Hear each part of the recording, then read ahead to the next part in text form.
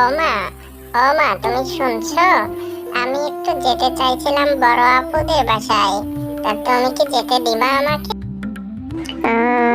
তাই তো মা, যেতে তো চাইছিস, যেতে তো হবে। তো কিভাবে যাবি? একা একা যেতে পারবি? তুই ওই নালুর রিকশায় চলে যা।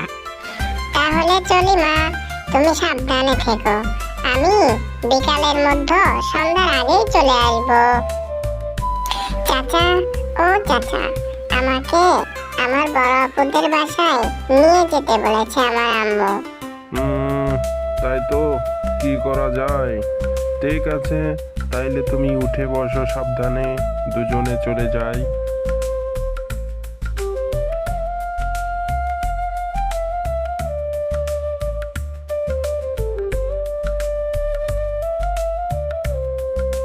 এই এই যে নাও, চলে এসেছি তোমার আপুদের বাসায়। নাও তো, এবার ঝম করে নেমে পড়ো। আসিয়া তার বোনের বাড়িতে আনন্দ ফুর্তিতে ঘুরে বেড়াচ্ছিল, কিন্তু দিন শেষে বাড়ি চলে আসতে গেলে বেলা না থাকায় তার বোন বলে, আজকের মতো থেকে যা। এরপর আসিয়া তার বোন ও ভাইয়ের সাথে শুয়ে পড়ে। মধ্যরাতে আসিয়ার দুলাভাই উঠে বসে শয়তানের দোকায় আকাম কুকর্ম করার চিন্তাভাবনা নেন। ঠিক একই সাথে আসিয়ার তাওই মশাইও ঠিক এই পরিকল্পনাই করেন। অবশেষে আসিয়ার দুলাভাই এবং তাওই মিলে আসিয়াকে নির্যাতন ধর্ষণ করে।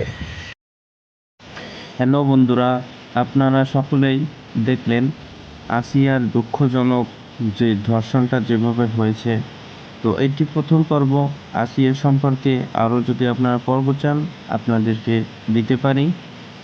সেক্ষেত্রে ভুল ত্রুটি ক্ষমাযোগ্য, আপনারা ক্ষমা সুন্দর দৃষ্টিতে দেখবেন।